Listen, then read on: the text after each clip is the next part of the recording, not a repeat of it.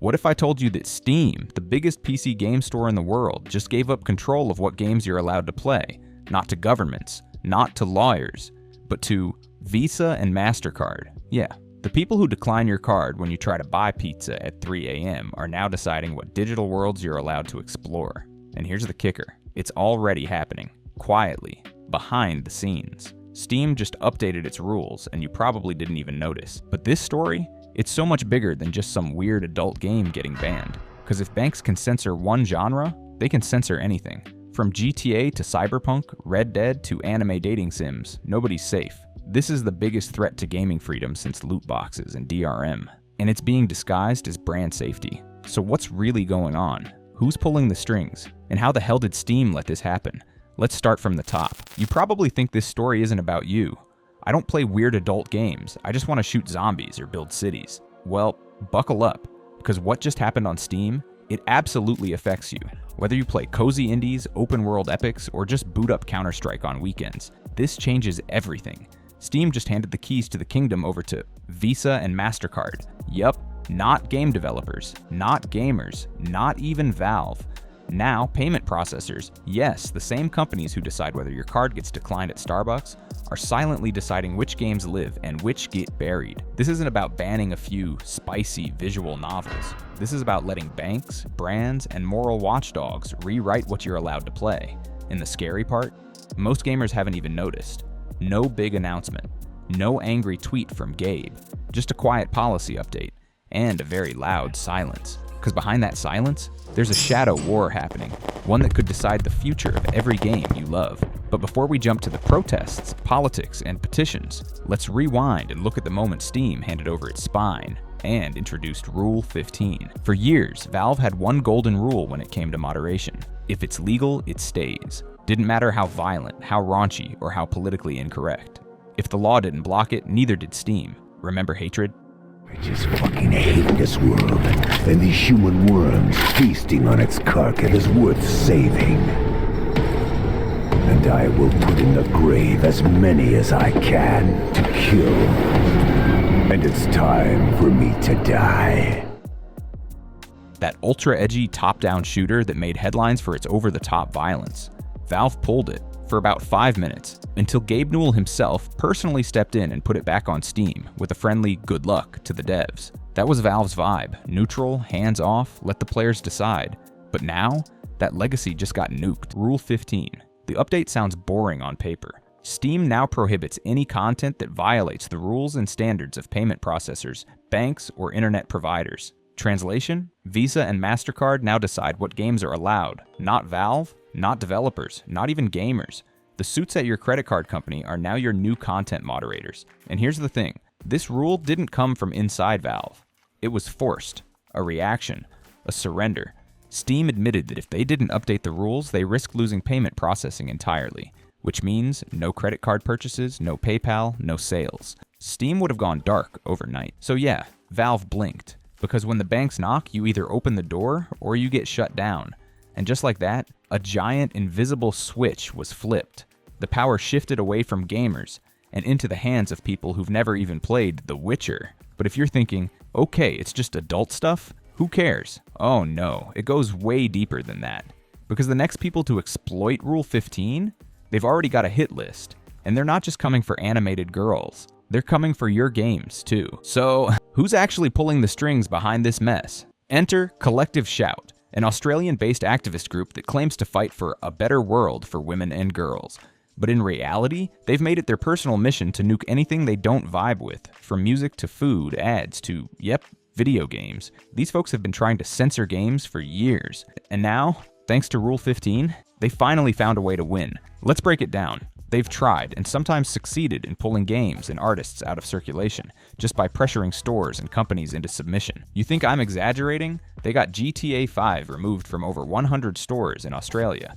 Target and Kmart dropped it after they accused the game of promoting violence against women. One of the best-selling games of all time, gone. They went after Detroit, Become Human, complaining that a crucial plot point, where an android witnesses domestic abuse, was too graphic. They even targeted Sword Art Online, Lara Croft, and an actual bakery, because they didn't like the shirts the bakers were wearing. Yeah, you read that right. They canceled a bun bakery over t-shirts. But here's where things go from annoying to dangerous. In the past, Valve ignored these kinds of complaints. Why? Because they weren't breaking any laws. Valve stayed neutral. But now, with the power in the hands of payment processors, Collective Shout doesn't need Valve anymore. They go straight to Visa, Mastercard, PayPal. They bypass the storefront and attack the money. And when they apply pressure, those companies listen. Why? Because no brand wants to deal with a Twitter war over inappropriate content, even if that content is completely legal and loved by millions. That's why this rule isn't just dangerous, it's weaponizable, because all it takes is a loud activist group and a few screenshots, and suddenly your favorite game is on the chopping block. And if you think they're stopping with GTA and anime, just wait till you see what they're going after next. If you thought this was just about Steam and a few odd games, think again. Enter itch.io, beloved indie game marketplace, now forced to de-index all adult and NSFW content. No announced pre-notice. No opt-out. Just gone from browsing and search results. Why? Because payment processors, remember the same companies tied into Steam's Rule 15, were alarmed. After a controversial title called No Mercy surfaced, activist group Collective Shout fired off pressure campaigns to Visa, Mastercard, PayPal, demanding they cut ties with platforms hosting disturbing content. Itch.io was caught in the crossfire. What makes this move chilling isn't just the erasure of niche adult games, though that's horrid enough. It's how fast and silent it happened. No warning, no transparency, and a reminder that if payment providers decide to act, platforms buckle, regardless of community or creators. And the worst part? Itch.io was just the guinea pig. After it, platforms everywhere know. The chains of censorship start at the bank, not the courtroom. Still thinking, I don't play anime waifu games. This doesn't affect me? Let me burst that bubble real quick. This isn't just about adult content. It's about control. Who gets to decide what games are allowed to exist? And who gets erased overnight? And spoiler alert, it's not the gamers. The new rules don't stop at NSFW stuff. Payment processors don't just care about sex. They care about anything that could hurt their brand image, which means too much violence on the chopping block. Controversial politics? Bye-bye. Strong language, LQB themes, moral ambiguity. All fair game for the censor squad. Let's look at the hit list.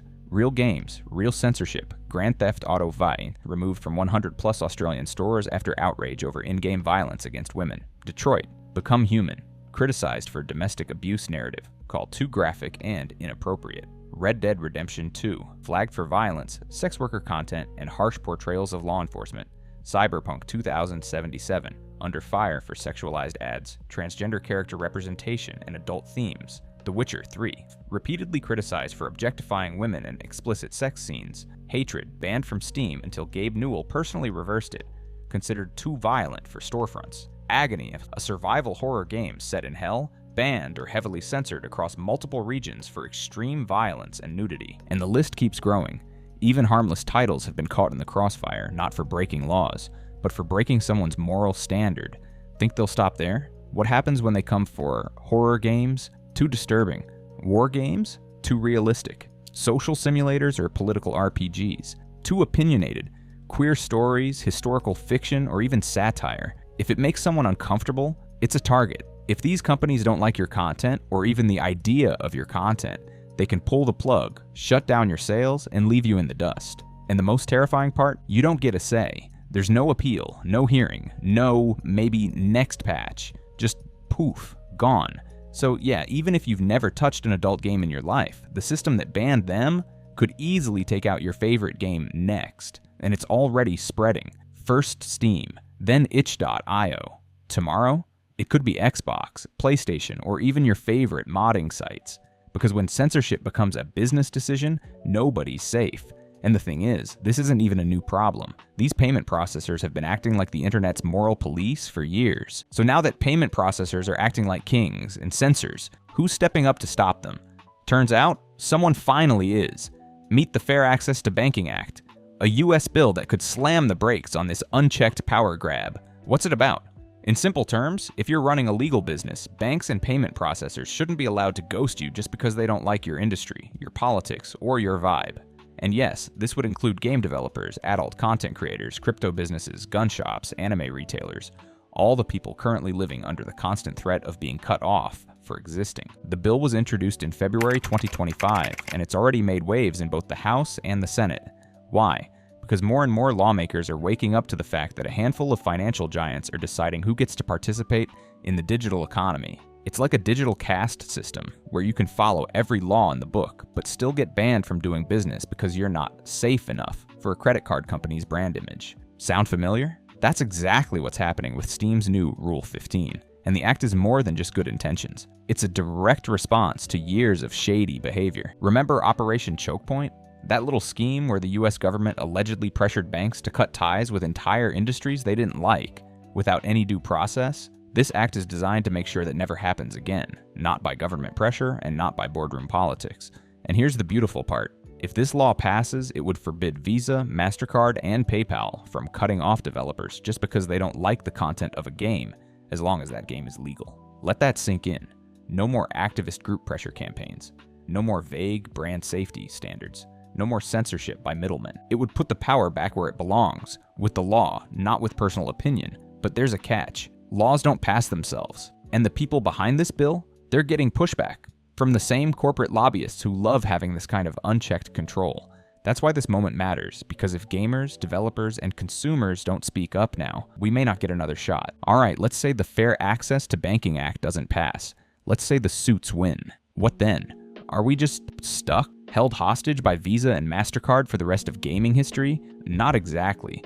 Because there's one thing corporations fear more than regulation: replacement. And right now, a few big players are quietly working on exactly that. Elon Musk. After Steam's payment drama went public, Musk actually responded and hinted at a new mission. We need to get X payments going soon. His goal? Turn X, formerly Twitter, into a full-on payment processor, one that doesn't censor what you can buy or who you can support. Now, whether you love or hate Elon, let's be real. If there's anyone crazy enough and rich enough to take on Visa and Mastercard, it's him. Valve Pay, the dream solution. Then there's the nuclear option. Valve making its own payment system. Imagine a Valve Pay built into Steam, no middlemen, no interference. Sounds like a dream, right? And honestly, it kind of is. Because building a payment processor from scratch, it's not just expensive, it's a legal nightmare. You need licenses, global partnerships, fraud protection, and a tech stack built like Fort Knox. Even for a company like Valve, that's a massive ask. But here's the thing, they might not have a choice. As payment processors keep pushing developers around, more and more platforms will start looking for ways to cut them out entirely. And Valve? They've got the user base, the infrastructure, and the motive. If anyone could pull it off, it's them. Then there's the wild card, crypto. Valve used to accept Bitcoin. They ditched it back in the day because of volatility and fees. But times have changed. Stablecoins exist. Transaction systems are faster. Adoption is growing. And if there's ever been a better time to bring crypto back to Steam, it's right now. A decentralized payment system would let devs sell whatever legal content they want, without fear of being financially deplatformed. But, let's be honest, crypto still scares people. It's not mainstream enough yet. It's slow, clunky, and full of its own drama. Still, it's a door, a path forward, one that skips the censors and lets developers create freely again. So yeah, this situation sucks, but it's not hopeless. New laws are coming, new tech is rising, and new platforms are quietly being built in the background.